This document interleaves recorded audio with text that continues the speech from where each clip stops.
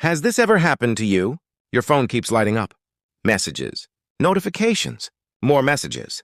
Again and again, you look at the screen, you read them, and then something strange happens. You slowly turn the phone face down, not because you're busy, not because you forgot, but because something inside you quietly says, I just can't today.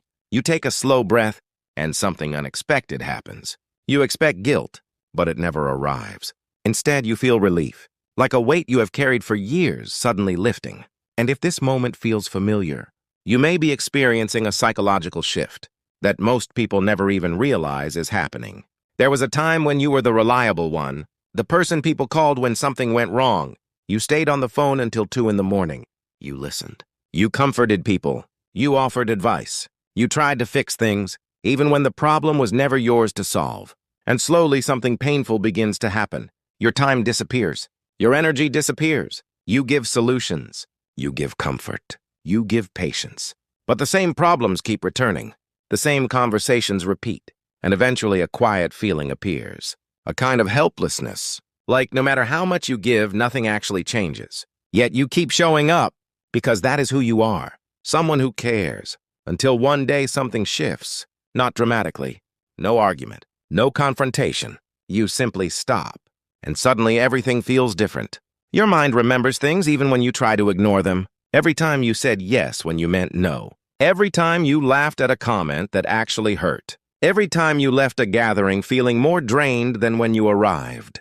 For years you ignored those signals, until one day your nervous system quietly says, enough, and without realizing it, you begin protecting yourself. Automatically, like a phone switching into low power mode, not because it is broken, because it has been running too many apps for too long. And low power mode is not weakness, it is intelligence. But here is the part most people misunderstand. When someone finally stops trying to please everyone, others often say, you've changed. But something deeper is actually happening.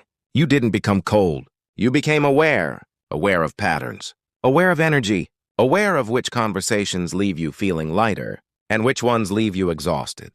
And if you are watching this, there is a good chance you have felt that shift before. People who develop this kind of awareness often begin doing something new. They become more selective, not antisocial. Selective. And selective people don't build the most relationships. They build the real ones. And something else begins to happen. The moment you stop explaining yourself to everyone, your life quietly begins to change direction. Because for the first time, your energy starts returning to you. But this shift raises an important question. One many people are afraid to ask. Are you protecting your peace or slowly isolating yourself? Because those two things can look very similar.